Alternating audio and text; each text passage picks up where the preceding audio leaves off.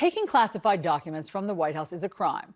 It may be many crimes, as spelled out in the application for the search warrant. According to that document, the specific crimes being investigated include, quote, willful retention of national defense information. We know the National Archives and the DOJ tried to get those classified documents back for more than a year. According to 3 of Trump's advisors, as quoted in the New York Times, when asked to return the classified documents, Trump said, quote, they're mine. The ex-president often claims that things that actually belong to the American people are his. I want my generals kicking ass. All I can do is ask my generals. I authorize my military. My people are not shy. My people are so smart. In my Justice Department. I want my farmers. I love my farmers. Look at my African American over here. 18 top Trump administration officials are pushing back on the former president's claim that he had a standing order to declassify whatever top secret documents he wanted. Among them, former acting Trump White House Chief of Staff Mick Mulvaney, who I spoke with a short time ago. Thanks so much for being here, Mick. Allison, thanks for having me. So, Mick, are you worried about the 20-plus boxes of classified material that was sitting in Donald Trump's basement and who might have seen it? Worried? I'm not worried. I'm curious. I saw the list of things that were moved from Mar-a-Lago, and the one thing that caught my attention, along with, I think, the attention of most people, was that one list that said there were various items that were marked TSSCI. Allison, that's the serious stuff. That's top secret and compartmentalized information. That's not supposed to be there.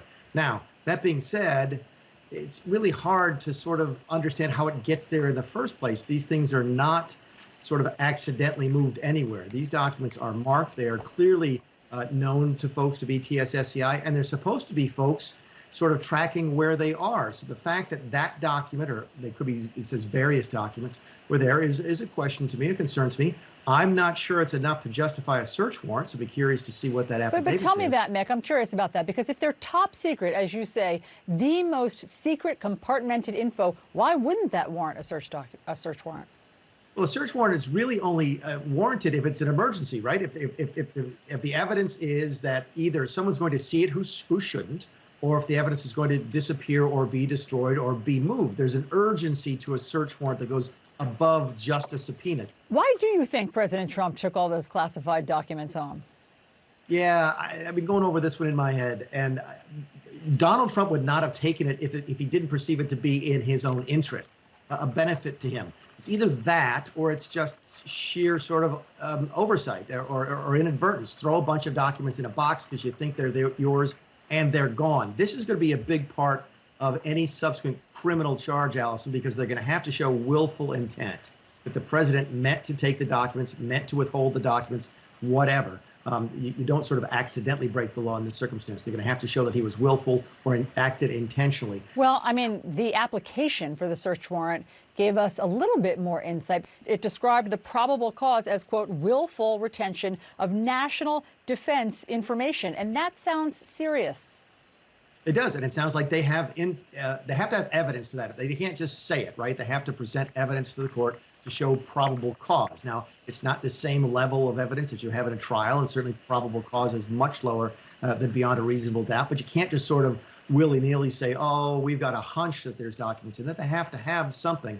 And the fact that they could fill out that affidavit tells me they think that they have something. Mick, how much responsibility do you think falls on the people around Donald Trump, whom he tasked, reportedly, with dealing with the National Archives? People like Mark Meadows back in January, and then in June, John Solomon and Kash Patel.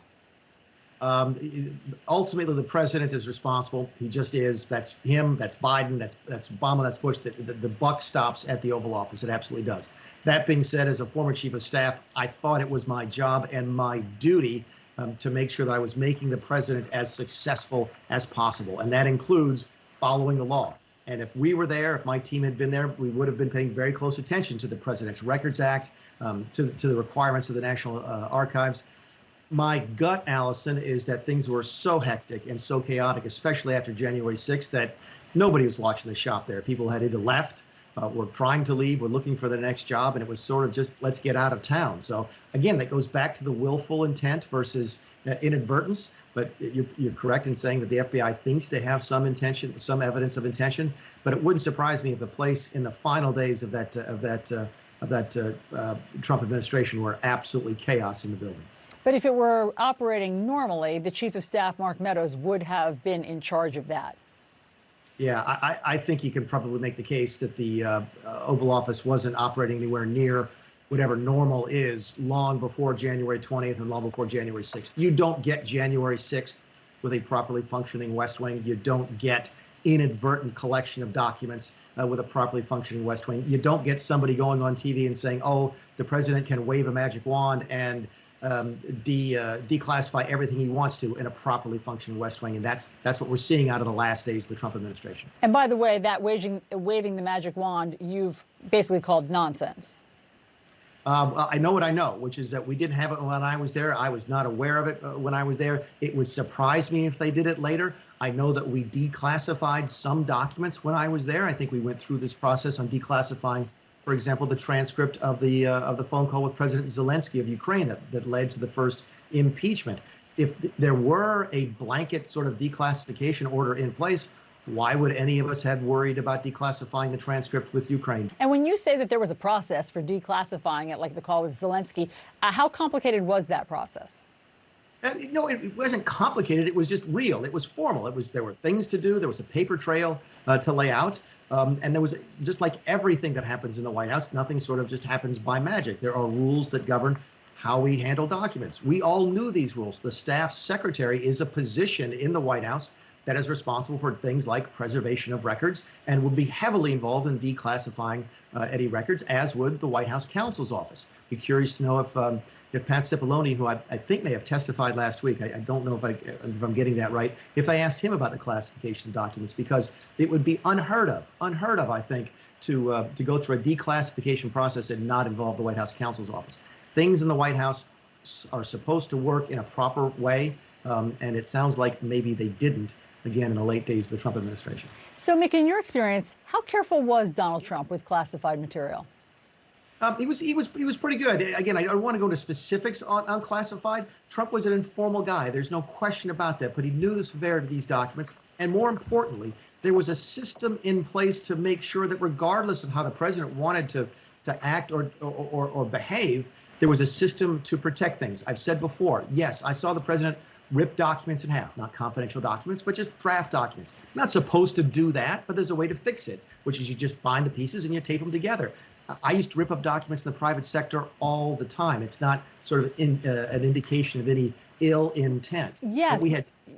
But I mean, Mick, sorry to interrupt, but I'm talking about the stuff that we all knew. I mean, there were moments publicly, like when he shared in 2017, he shared the classified Israeli information with the Russians, and the Israelis were apoplectic about that. So how is that not sloppy and dangerous? Well, again, I wasn't in the White House at that time. I was over at the Office of Management and Budget, so my experience with that is just through what I saw from the media. How you're supposed to handle it. The staff is supposed to get involved. If the president has confidential materials on his desk at the end of one meeting, which is possible and likely and happens, right? The staff comes in to make sure that all of that stuff is gone and put in the proper place before the next meeting takes place. You can't control the president. The president's going to do what the president's going to do. But there are mechanisms inside every properly functioning West Wing to make sure the law is followed, documents are preserved, and that classified information is treated as classified information. So while I have you, I want to ask you about this because former Vice President Mike Pence has said publicly that he might be willing to consider speaking to the January 6th committee. Should he do that? Yeah, I don't see the harm in it. I think Mike knows it. Vice President Pence knows it to be what I believe it to be, which is it's a political thing, right? It is a committee of politicians who don't like Donald Trump, trying to make Donald Trump look bad. That's fine. That's politics in Washington, D.C. But they still collected some really good information. When you get the Republican Attorney General under oath giving testimony, I testified to the committee. I can assure you, I think I gave them good and true and accurate information. We should never be afraid of good and true and accurate information, and I know that Mike Pence is not. So I would have no difficulty with him testifying. I think if he has information that he think would shed light on January 6th so that we can take steps to make sure it doesn't happen again, I think that would be a valuable thing for him to do. And how could he not have relevant information on January 6th, given what we saw him endure? I think that's fair. He had private conversations with the President of the United States, and I think it may shed some light on the situation. I would not be disappointed to see Mike testify.